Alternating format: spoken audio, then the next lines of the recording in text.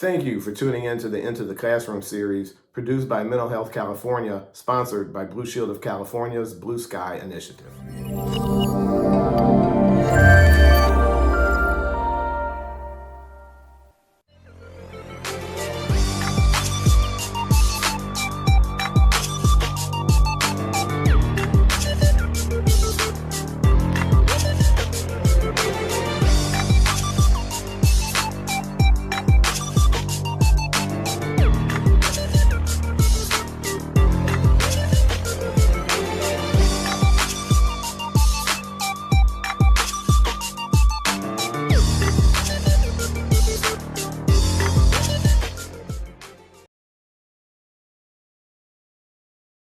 Hey everyone, good evening. We're really glad you're here with us today. Welcome to the Pod at 7. Want to give a special shout out to Mental Health California and Blue Shield of California's Blue Sky Initiative for making this possible for us.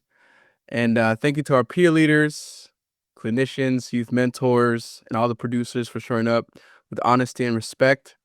And just a few reminders before we roll in. This is a safe space. No cursing, no shaming, no judgment. We'll have a quick survey and a sign in later, both tied to your gift cards. So make sure you complete those. And also keep an eye out on the chat. We're going to have trivias and giveaways coming up. And also just a reminder, the sign in closes at 8:30. So please don't wait until the last minute. So tonight, it's another great session. We'll be talking about something that affects so many young people, but doesn't always get talked about: youth depression. We're here to learn, support each other, and break that stigma. So I'll pass it on to Alexios to take us into the overview. Thank you so much, Tex. How's it going, everybody? Alexios here, peer leader here at Brother Be Well, Mental Health California. I want to thank you guys for being here today. Guys, sometimes it feels like the world is moving forward while we're stuck. When life feels heavy, even explaining what's going on to people who are the closest to us feel impossible. In this session, we're going to open up about how youth depression, how it affects us, what it means, how it shows up, and how talking about it can really break down that stigma. But, I don't want anyone else to introduce this topic other than the one and only Patrick. I'm going to pass it over. Thank you so much, Alexei. Hello, everyone. My name is Patrick, and I'm your youth mentor. I think the topic today is quite interesting. It's understanding youth depression, but I think depression is pretty universal. Doesn't matter what age you are. It can be one of the hardest experience to name just because they look quite different for everyone. For some, it can be a heavy topic because it's a sadness that doesn't lift and it's just heavy shoulder burden that you have. For others, it show up as like irritability, lack of energy, or losing interest in things that once was enjoyable. In the clinical world, we often describe depression as more than just feeling down because it literally can affect your whole body, mind, and spirit. Because it can have negative impact on your concentration, your sleep, your appetite, and how the body regulates stress, which in turn feeding into the depression itself. Depression, though, I think is not, and it's a fact, is not a personal weakness, but it's rather a medical condition and a human experience that can be treated and support is available. I think by opening up to these conversations, we can reduce the stigma and remind ourselves that healing is possible, especially when the support that is available is so consistent and passionate. For us, tonight is about creating a safe space to share, to listen, and to remind one another that no one has to carry this weight alone. And I'll pass it on to one of my favorite, Andre, to lead us to the icebreaker. Thank you for that, Patrick. As he mentioned, this is a safe space. My name is Andre. I'm a peer leader here. And today we're going to jump into our icebreaker. With that being said, we're going to place a prompt in the chat.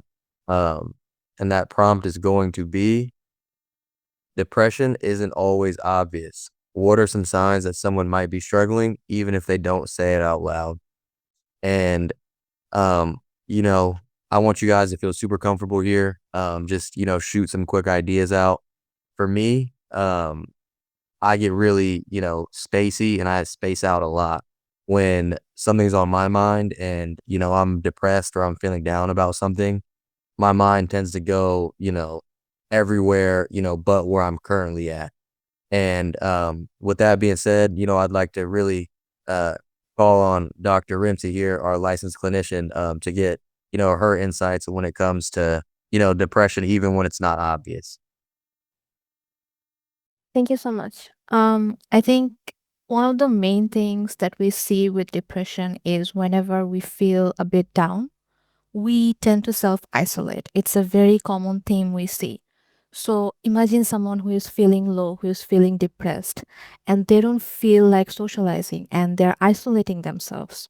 So it also becomes less obvious then. So it's very important for us to reach out to the people around us to see that if they are feeling down, are they isolating themselves? If so, how is it that we can help them? And there's also another theme that we see is when the brain pulls away from people. Sometimes the person who is depressed doesn't even want to. So whenever we are checking in with them, they feel that their nervous system is telling them it's I'm not alone. Our presence can be a sort of therapy to them. Our presence can be a sort of safe space for them. So whenever you feel that yourself are feeling low, you yourself are kind of going into the pattern of self isolating, of pulling away from people, why don't we try that? We talk to someone. um, we know that if someone talked to us, that would make our nervous system feel not alone. So when we feel alone, we need to go out and maybe talk to someone. We need to create our safe spaces and to tell our friends, tell our family, whoever we're comfortable with, that, hey, I'm not really feeling 100%. I'm not really feeling like I can do this work, I can do that. Can we just talk? And then see what happens and go from there. Yeah, thank you for that amazing insight, Dr. Rimsey, because as I'm looking at the chat, I see reserving yourself, isolation, not only, from your family, but your friends as well. And so you saying, hey, if you see someone struggling or you're struggling yourself, just being in the presence um, of someone else could really help, even if you're not talking about it, just your presence alone. Because when I think about my personal relationships, every time I'm going through any kind of struggle, when someone's there for me, and we're not necessarily talking about my issue, but they're just there, and I can know in my head, hey, I have this person, that I can count on, that's physically there for me. And um, with that being said, we're gonna jump into our topic media. Um, give yourself permission to be great.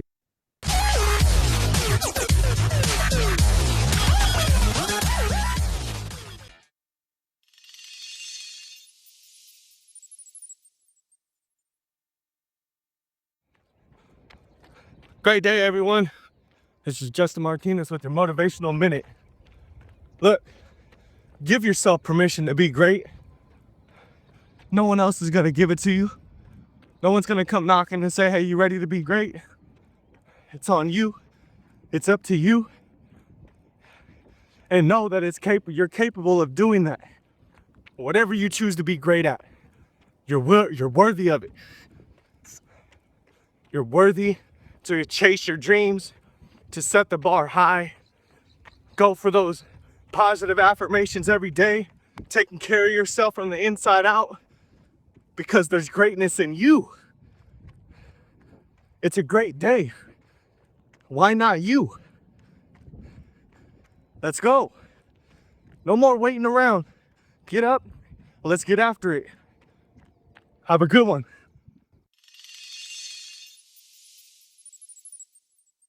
That right there brought to you by none other than the best, my brother Justin Martinez. But yeah, understanding youth depression, man, it's a real thing. Right now, we appreciate the conversation that we've had thus far.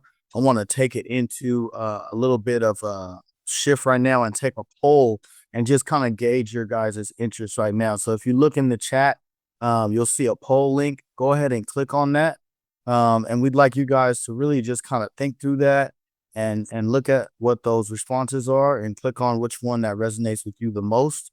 And as we're looking at this, I really want to just kind of highlight what it is that that a lot of folks that might be what they might be going through. You know what I mean? And we'll see right now.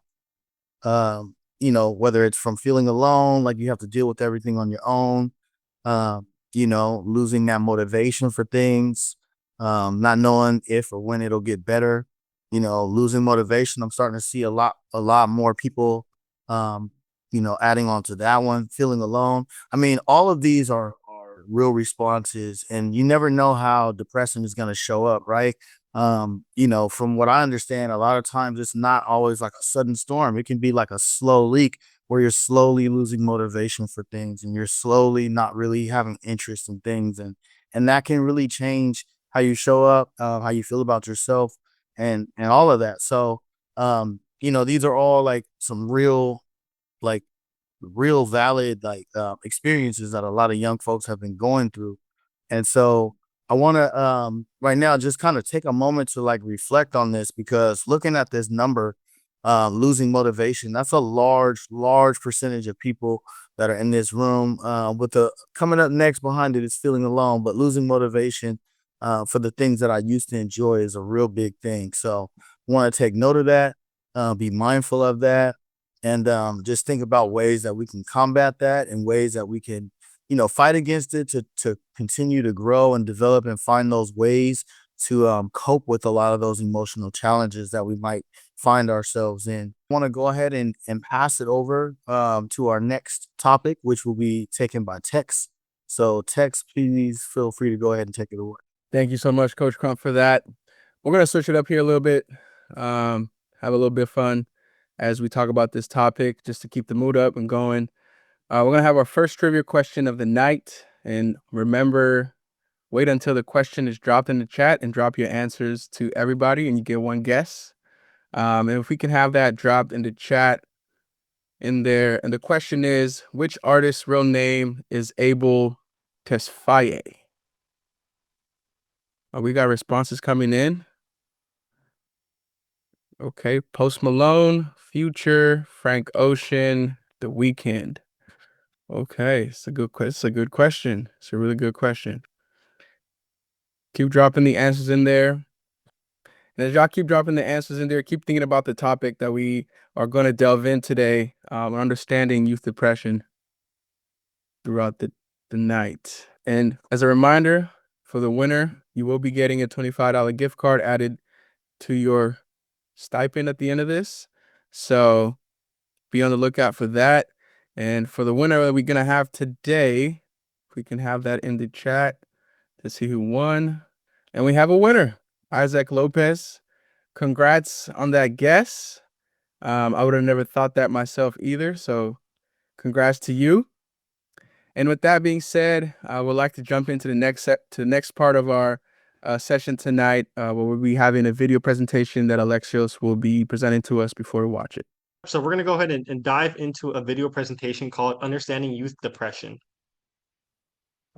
Just by a show of hands, you know, for the young folks that are here, has anyone dealt with or are currently dealing with depression? Okay, so I see a couple hands raised. Yep, I'm raised my hand because I've dealt with it too. Clearly, you're not alone, and I'm sure there's some folks in the audience that raise their hands as well. So let's go ahead and get into our slide presentation on this topic. And if you look at this slide, the first slide, we see a young person with no face, right? They're not themselves. They're not being able to show themselves, which kind of goes into what depression is. So let's go ahead and talk about this, because when it comes to youth depression in the United States, it's a widespread issue, and it affects millions of high school and college students. Now, according to the National Institute of Mental Health, approximately 3.2 million adolescents aged 12 to 17 had at least one major depressive episode in 2019, just in that year alone. Now, that number represents over 13% of the total U.S. adolescent population. It's an alarming number.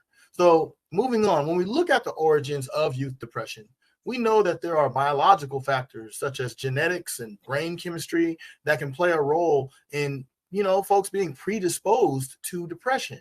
Additionally, environmental factors such as traumatic experiences or family dysfunction and academic stress can all contribute to the development of depressive symptoms.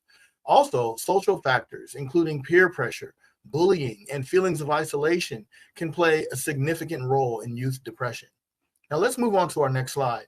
And let's look at some of the statistics on the impact of youth depression. Now, the Substance Abuse and Mental Health Services Administration, also known as SAMHSA, reports that 30% of college students experience significant symptoms of depression. Also, an alarming 60% of them do not seek help. Now, suicide is the second leading cause of death among young individuals aged 10 to 34, with depression being listed as a major risk factor. And now I'd like to just add in, if you or anyone that you know is in crisis or feels that they may harm themselves, please be sure to text 988 or call the National Suicide Hotline at 1-800 273 TALK. That's 1-800 273 8255. Now let's move on to our next slide. Because depression can be disabling. The World Health Organization reports that depression is the leading cause of disability among young adults aged 15 to 29 globally. Now, the transition from adolescence to adulthood, coupled with the increased responsibilities, coupled with societal pressures, and a whole host of other things, can contribute to the onset of depression for young folks in this age group. Now, let's move on to our next slide.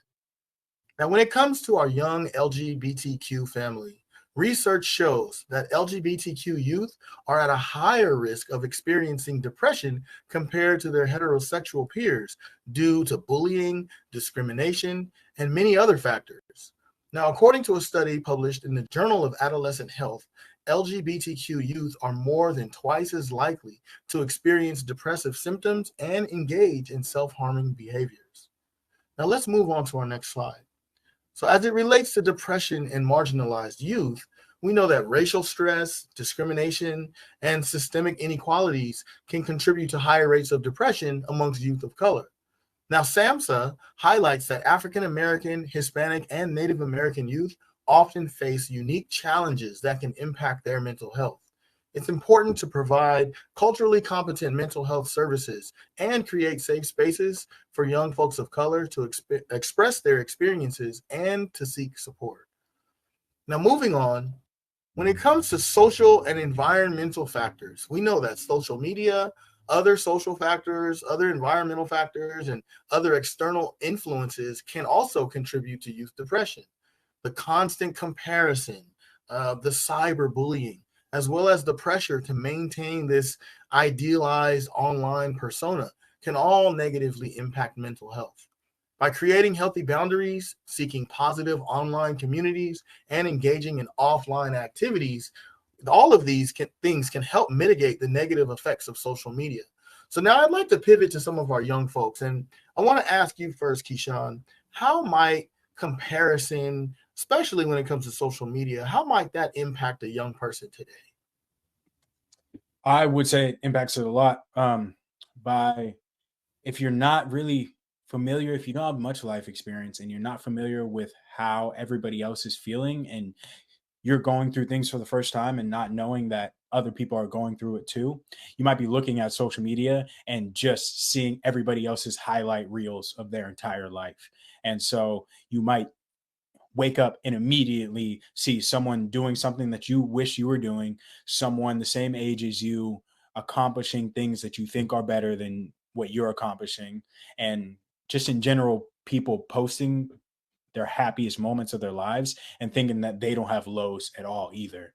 So it can, when you set that as the bar, that's an unattainable bar for anybody to reach, because everybody has highs and lows, and it's not just highs, and social media is just people posting the highs and their highlights.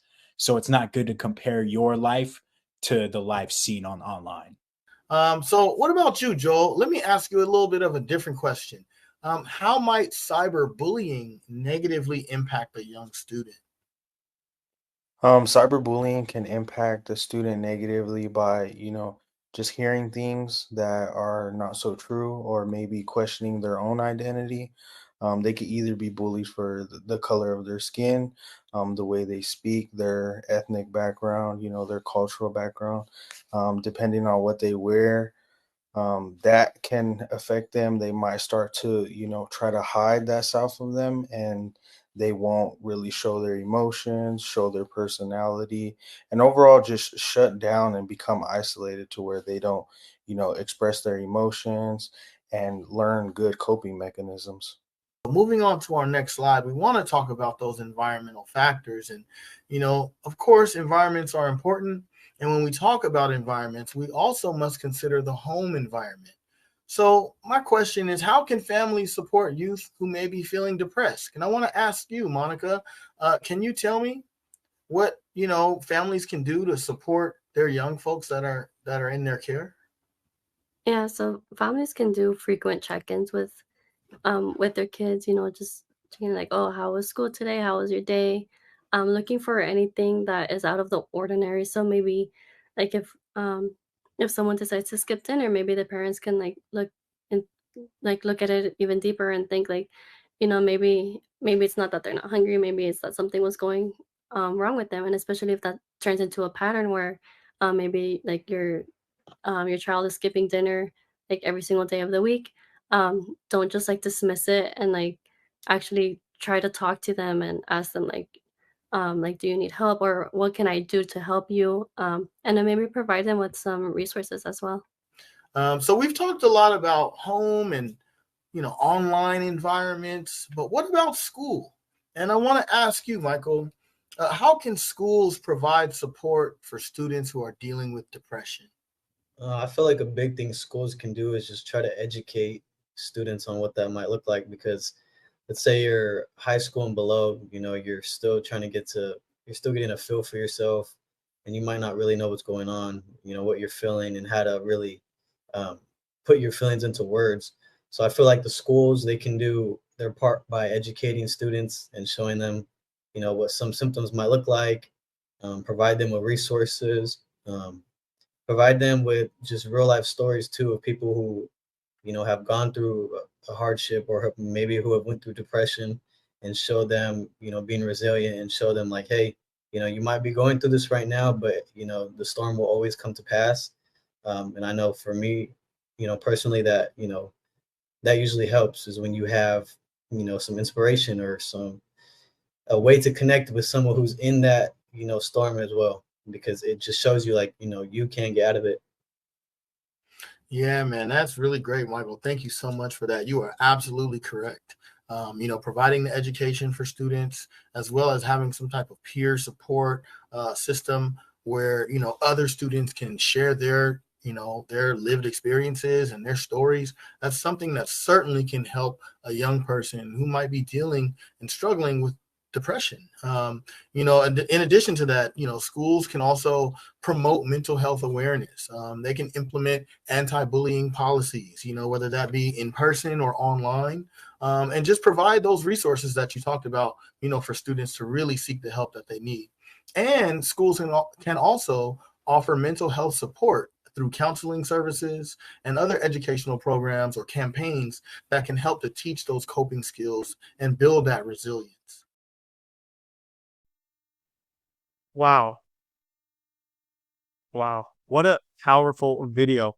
I don't know if you guys unintentionally knew, but what Coach Krupp was doing was he was literally building a foundation for you guys based off researched data, which is going to help shape your perspective, right? So when dealing with mental health, it's all about perspective, which in reality helps you become more self-aware about what you're going through mentally. So all the statistics, all the groups, all demographics, all the social and emotional situations you can be put in could lead to this.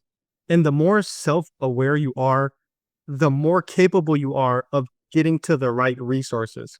So that video was so powerful, and I want to shout out Coach Crump and everyone in that video who participated. Um, Thank you all for that. Going to pass it over now to Patrick to lead us to our next discussion. Thank you so much, Alexi. That was a really, even though it's a video, it's a very robust discussion. And I thought, what a better way to understand youth depression than to having a robust discussion ourselves. So, we want to have a conversation with you about it.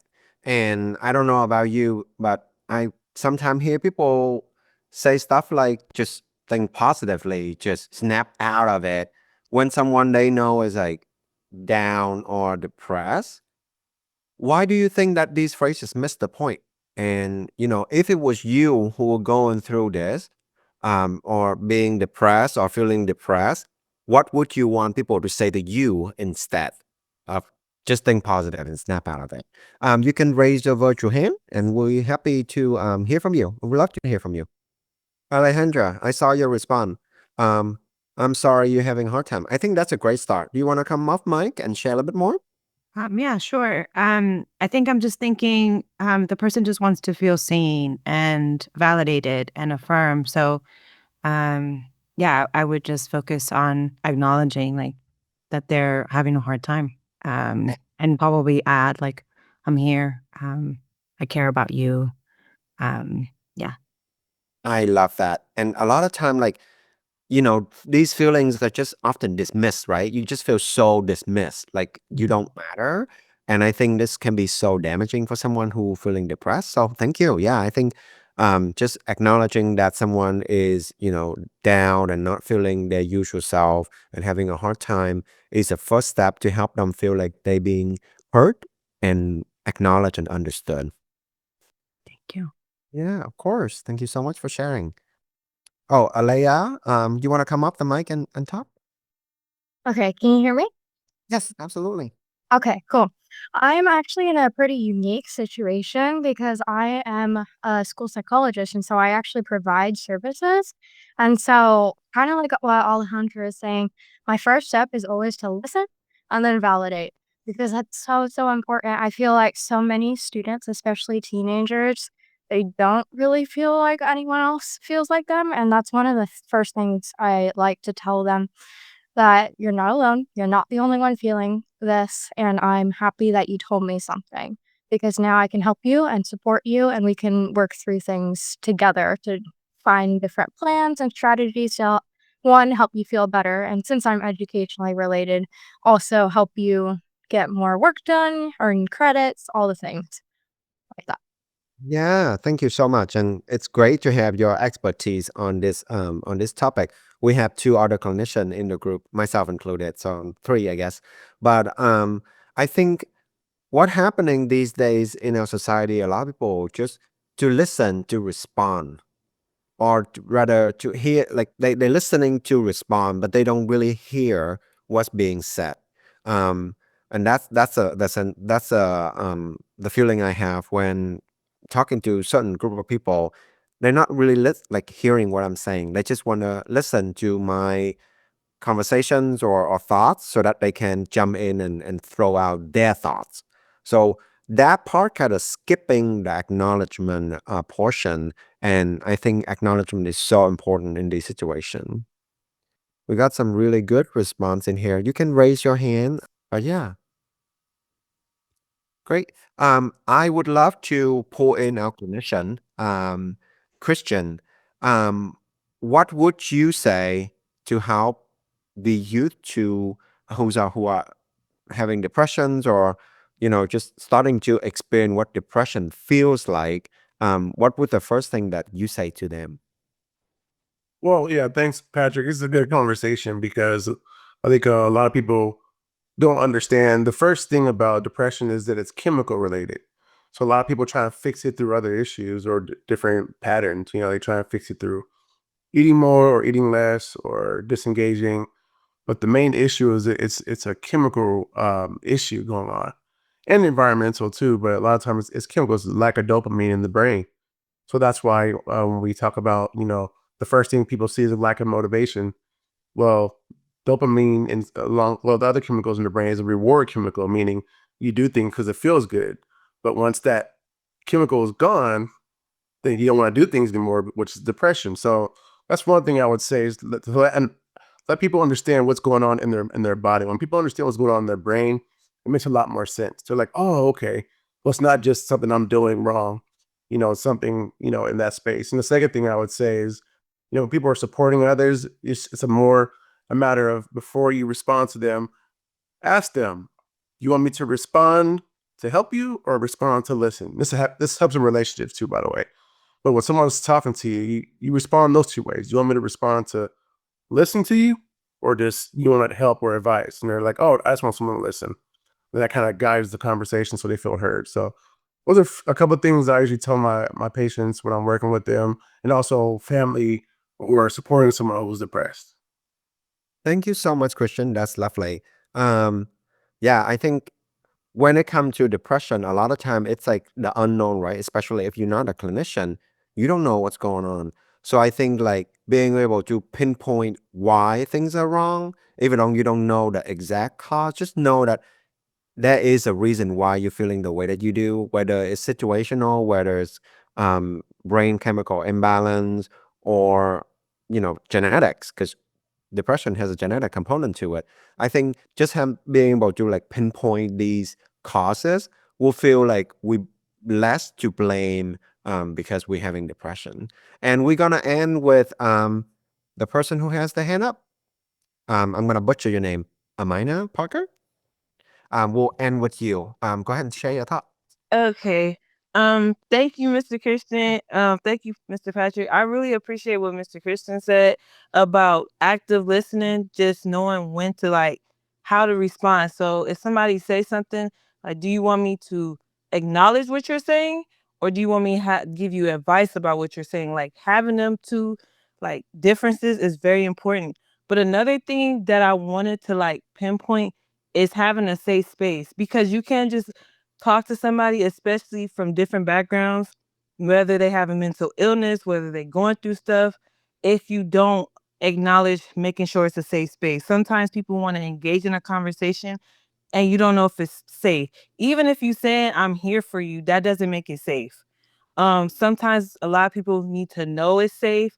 The colors, the vibe, the scents, the smells, that's all environmentally important when you're engaging in a conversation, because certain things can trigger somebody in a conversation, and not knowing those before you even engage can actually throw it off. Also, my last point, too, is clinician, client. Those words are very, very triggering.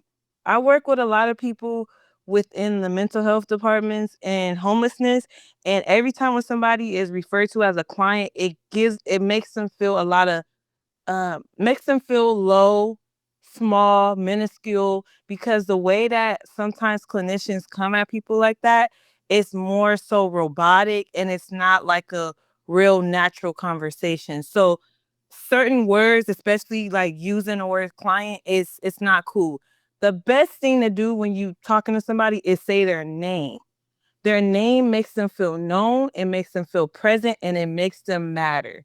So those are some things that I know, especially with people dealing with depression, it lightens up their day and it makes them feel accepted. So thank you. Thank you so much for sharing. And now I'm gonna pass it on to Andre to lead us to the next section. Thank you for that, Patrick. And now we have our Blue Shield survey. This survey is going to be tied to your guys' gift cards. So make sure you guys get that filled out. That should be placed in the chat here shortly. But it's not a very long survey. Just go ahead, fill it out. Like I said, it is tied to your guys' gift cards here. So it's super helpful, not only for you guys, but for us as well. And with that being said, you guys can go ahead and keep filling that out. I'm going to pass it over to Alexios to guide us in our very new fun activity. Sounds good. Thank you so much, Andre. We'll give everyone just a couple more seconds to go ahead. But in the meantime, fill those out, everybody. But listen to me. I want to explain the rules for this new fun activity. So we're going to put a visual riddle on the screen, a Rebus puzzle, if you guys are familiar with that. So it will flash on the screen. You guys are going to have to take a close look and figure out what the expression, object, or idea it is. So don't look at it at face value. You have to guess the word the puzzle is implying instead of guessing directly what it is, correct? So the puzzle is going to imply something, right? So you have to put two and two together, and the person who gets it right will get an additional $25 gift card. Just really quick, you guys should wait till the image is on before you guys guess. You guys have to post it in the meeting chat so everyone could see it. And also, you guys cannot submit multiple guesses, one guess. So really think. Go hits on screen right now. So guys, go ahead. What is this implying right in front of you guys? So keep guessing, everybody. Keep guessing. if you think somebody took your answer, go ahead and guess it again. Maybe they spelled it wrong, And then, go ahead and comment. If you guys didn't finish that survey, please go ahead back and just finish that up really quick. Just a couple questions. Correct answer, Lily. Good job, Lily. I'll try. Sorry if I, butcher your last name, but Lily, great job. The answer was greenhouse. As you guys can see, it's a house colored in green. So, good job, Lily. You will get that $25 gift card on top of your normal gift card. And now I'm going to pass it over to Christian to lead us into our poll 2. Thanks, Alexios. Yeah, that was a good one, the greenhouse. This next part here, we're going to do a poll here, and you'll see the link in the chat. And this is a good one because we're really talking about, advocacy, right? And helping the people we love and care about, our friends, in terms of, what's the most helpful thing we can do for someone who's feeling depressed. So we'll go ahead and put that in the chat. And as the answers are coming in, we'll see more of the responses here. There we go. Thanks for sharing that. Okay, now I can see. So now we have a few folks that are responsive. Just sit with them and listen without judging. And what came in a quick second was checking even when they say they're feeling fine. And one that was actually has 0, help them find professional support if they're open to it. And I just wanted to comment on that one. There is, I'm not surprised that that's a 0, because a lot of times we're talking about youth. That's not always the number one thing to go to. So going to a professional is sometimes not the first person to go to. Sometimes it's a peer support specialist or a friend or an aide or things of that sort. So a lot of research does show that, that the best way into mental health is through a friend or a peer support specialist, someone who looks like them, not necessarily directly to a therapist. So that 0 says something without saying something, if that makes sense. And the top one, I see number 10, just sit with them and listen without judging. We talked about that, right? And then that kind of, now we have a new skill that we've learned, a clinical skill, just listening, and also using their name. So when you put someone's name in a conversation, yes, Mark, I hear what you're saying. And that's really important that you're sharing with me. That rings a bell to them. So also including someone's name, I'm glad someone brought that up. That's a really important one to do. That's wrong. I want to talk about the other one that came in as a 3. Give them space, but remind them that you care. You can do that different ways, in terms of, offering them to do something that you enjoy. So for example, if you all normally go play dominoes, or you play pool, or you do something like that, you can always, hey, let's go have some fun, because remember, depression is a chemical issue. A lot of times, not all the time, it can be a chemical like a dopamine. So sometimes when you get someone to do something they enjoy, it starts firing those happy chemicals in their brain. And they're like, oh, that's fun. So I just want to remind you all that you can always ask someone to do something they enjoy, or getting online or something like that. So I'm glad we did this poll, and I'm going to go ahead and move on. We're going to pass the microphone. Thank you, Christian. And thank you to everyone who shared during the last conversation. Hearing those perspectives helps us all understand depression on a deeper level. And we're going to move into another video now. This one focuses on symptoms people don't always notice, the quiet shifts, the subtle changes, the things that often go unseen but still hit us that, hard. So as you watch, just think about the signs you've seen in yourself or someone you care about, not to judge, but to understand. And awareness is one of the strongest tools, you can have. So if we can roll that video, and keep those things in mind as you watch this video. Hopefully by now we all know that depression is about more than sadness. But even if your idea of depression also includes things like hopelessness or apathy, what about irritability or anger? Does depression make you think of overwhelming guilt? What about memory loss? Because those are all symptoms too. There's a lot we still don't understand about depression, especially when it comes to what's happening on the cellular level. But we know that when it comes to the experience of depression, the disorder often shows itself in the form of unhealthy psychological processes. It turns out that some of those processes, specifically self-blame and rumination, can lead to symptoms people might not realize are signs of depression. And that's too bad, because the result is that we misunderstand those who are suffering from it, sometimes including ourselves. Freud, wrong as he was about a lot of things, pointed out that depression was different from simple sadness because it was associated with guilt. And today, psychologists consider self-blame a key symptom of depression. When something bad happens, depressed people tend to blame themselves and see it as a reflection of their self-worth as a whole. An example researchers sometimes use is that if you fail at a sports match, it means you're a total failure. What's weird is that this only applies to yourself. Depressed people don't usually assign blame to others in the same way. Turns out the unusual amount of guilt and the only applying it to yourself might come from two regions of the brain that don't activate together the way they should. In a 2012 study, researchers scanned the brains of 25 people who'd previously had depression and 22 people who didn't. When the people who'd never been depressed read descriptions of themselves doing something wrong, it activated both the part of their brain associated with guilt and the part that deals with morality and what's socially appropriate. In people who'd been depressed, that second part wasn't activated as strongly. This was a small study, so we can't draw too many conclusions from it, but based on the results, the authors suggested that people who are more prone to depression don't get an accurate picture of what they did wrong, so they just feel guilty about everything. So that's one unhealthy thought pattern that can cause symptoms beyond plain old sadness or apathy. Another is rumination, and it is a big one. Rumination is basically brooding, usually unintentionally. Part of problem solving involves analyzing the factors surrounding the problem, and that applies to negative emotional experiences too. But rumination takes that way too far. It's getting stuck thinking about everything that led to and resulted from a negative experience, and it's strongly linked to both depression and anxiety. It can also explain some of the less straightforward signs of depression, like memory problems. Of all the symptoms of depression, memory problems might be the most surprising because we tend to classify depression as emotional and memory as a more mechanical part of the mind. But this is just a false dichotomy. That's not how the brain works. Depressive disorders often include problems with cognitive function, the ability to clearly understand, process, and respond to information. And researchers think that it has a lot to do with rumination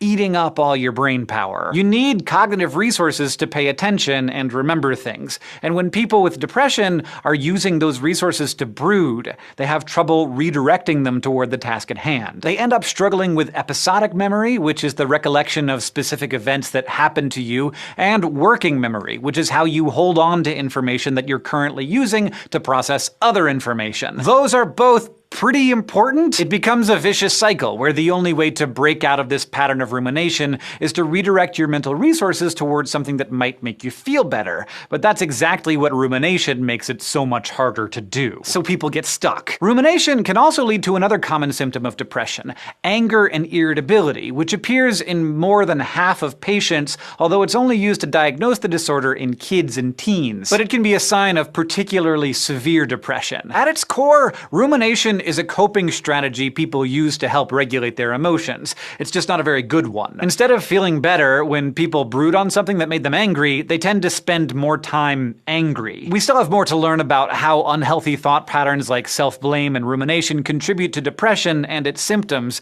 but as we study them, we're discovering that they can explain a lot. And there's some good news here too. Self-blame may have to do with brain regions not activating the way they should, and rumination may feel like getting stuck.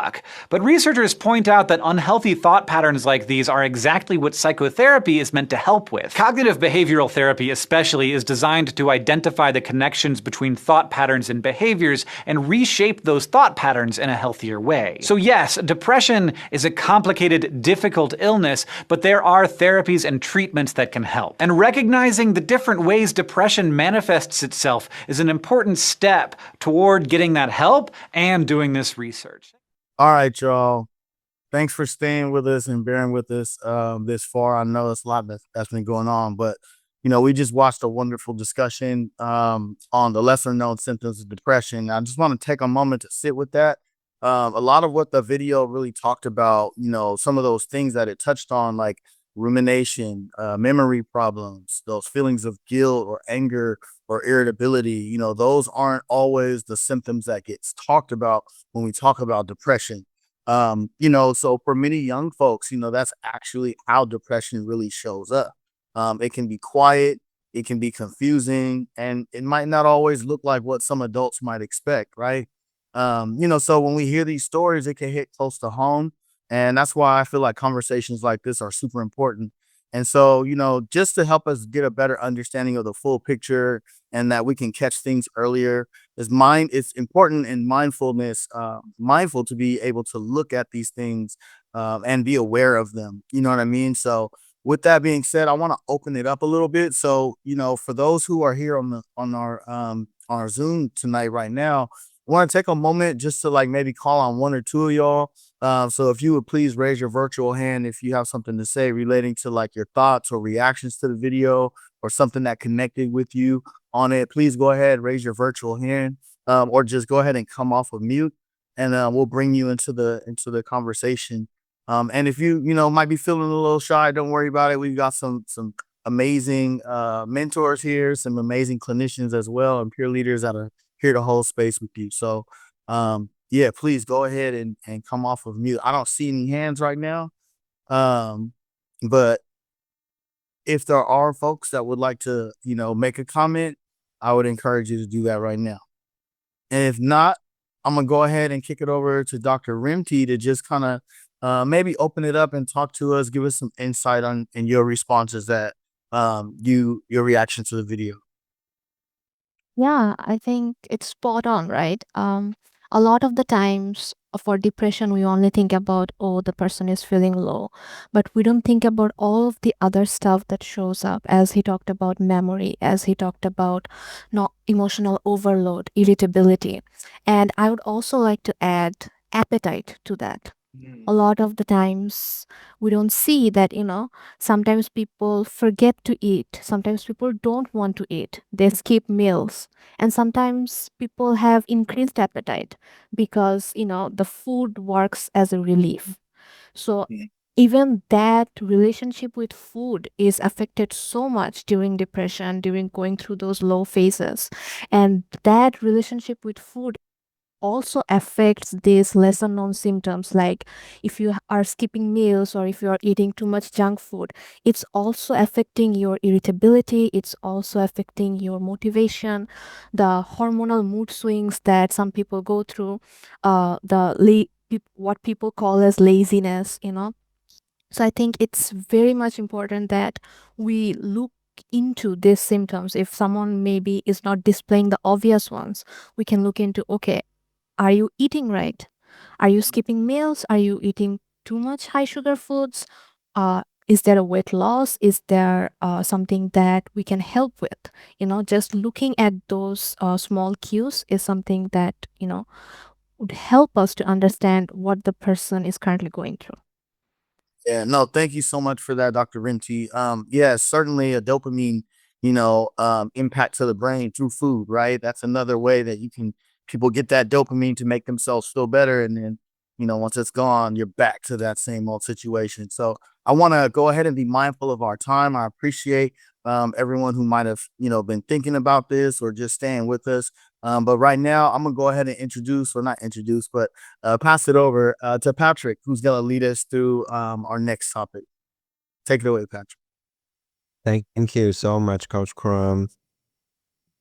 And to kind of just round out everything for us, we have a Google Doc Jam for you. So if you look in your chat box, there should be a prompt right now. We want to know what are some small but real ways that your school, your families, and community can better support you as a youth struggling with depression. And I will check the prompt and see what you guys are typing.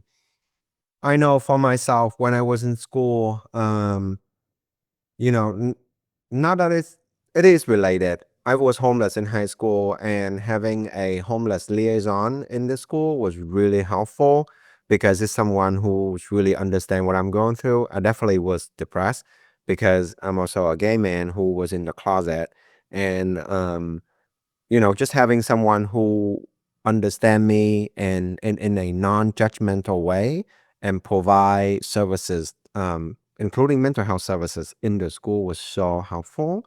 Um, Unfortunately, we're living in a climate where everything is kind of restricted and the fundings and for schools are not what it used to be. Not that they were great to begin with, and now it's even less so. So I think there just have to be ways of school to be creative with their funding and their resources to create program to help our youth. Um, yeah, having a safe space, a drop center hour to engage. Yeah, we used to have that at least in the at the college level. There's a student center where you can just come and hang out, and you can do whatever you like as long as you don't bug anyone else. Um, Counseling definitely is. I'm a huge fan of therapy. I've been in and out of therapy for years. I believe everyone can benefit from therapy, whether you have depressions or not, because there are so many things that we have to process, and a lot of time we don't have the tools to process, right? And someone like our clinician Christians or Dr. Rimty, they have the clinical expertise to help guide us through those moments and give us the tool to help ourselves to get through depressions or anxiety. So it's really, really important. Dr. Rimty, I would love to hear your thoughts on how school can be more creative with their resources because of the funding right now. Yeah, one of the answers I see here is actually something we were talking about earlier. The person is saying having a safe space for drop center hours to engage in conversation, to listen to music, stuff like that. And I think that is so important. That is so, so important because when you are currently in a low spot, when you are not feeling like yourself, if you have a space to step away, if you have a space where you can regulate your emotions, you can regulate your body, and it just kind of helps to kind of decompress, right? We always try to decompress, but what if youths don't have that space? School is too much, the deadlines are too much, family becomes too much. Having that safe space can really help the brain to just take a break and then help to regulate the emotions and help the person to learn to socialize, and that space is very important in my opinion. And that safe space can be anything. I think safe space for everyone looks very different. My safe space will not be the same as yours, Patrick, right? Someone's safe space is being quiet, someone's safe space is sitting down with friends, someone's safe space is listening to music. So I think it's important that schools and communities have a safe space that caters to a lot of different types of people's interests, people's ways to understand. Like it needs to be inclusive, that safe space. And of course, I think providing the resources and having people to listen is also another thing that I'm seeing people are writing. And I think Christian said this, having the peer support at this stage of life is very important, because when we are in like 13 to 22, 25, our brain seeks out peer connection, and they are the people we spend the most time with. So having them listen, having them be our friend, having them say I care about you is going to be very important. Yeah, thank you so much. I think the school and community can really tap into like existing resources that they have already. If they have a space that is unused, a couple plants, some wall art, some comfy chair can become a safe space without costing too much, money and effort to making it into a safe space for our youth. And I think that's a great way to kind of gather and have a space for them to feel safe. Thank you so much. And then I'm gonna pass it on to Andre to listen to the trivia question. Thank you for that, Patrick. And as you guys know, this is trivia time. It's the second one of the night, and it is the final one of the night as well. And before we jump into it, I just want to give you guys a couple reminders. Wait until the questions drop in the chat before you guys start answering it, because it's not just A, B, C, and D for answers. It is a randomized answer for you. And then make sure your guys' message is to everyone and not host and panelists or not to someone in particular. And then you guys will only have one chance to answer. You cannot answer every single one. You guys only get one shot. So make sure you guys are, locked in and focused. And we'll drop the trivia question in the chat now. And the question is, which Marvel character uses a symbiote suit? Y Hulk, W Venom, V Ghost Rider, or P Morbius? And for me, I'm a big Marvel fan. So I've actually seen all of these movies. You guys can call me, a geek or a nerd or whatever you guys want, but I love Marvel. I love how they have all the universes and everything like that. So hopefully, you guys are like me as well and love watching movies and are big Marvel fans. Yeah, it looks like we got a lot of W's, V's. Yeah, Gray, Marvel is dope. I appreciate that. And we will have an answer or a winner here shortly. This is going to be a $25 gift card on top of your stipend. And congratulations, Aaliyah Ortiz. The correct answer is W Venom. So congratulations again. And for all you guys out there, keep watching your Marvel movies. And if you guys are bored, maybe give Venom another watch tonight. And with that being said, I'm going to pass it over to Tex so he can, give us a couple more reminders. Thank you, Andre. Tonight reminded us that, depression isn't always loud or obvious. It can show up quietly in small shifts that are easy to overlook. And that's why conversations like this, naming what's hard, paying attention to the signs, and creating spaces where people don't have to pretend, that's how things start to change. So appreciate everybody for showing up, real honesty tonight, and taking that strength. And support doesn't have to be perfect to make an impact. Sometimes, the most powerful thing is just staying present, checking in, or helping someone find real help when they're ready.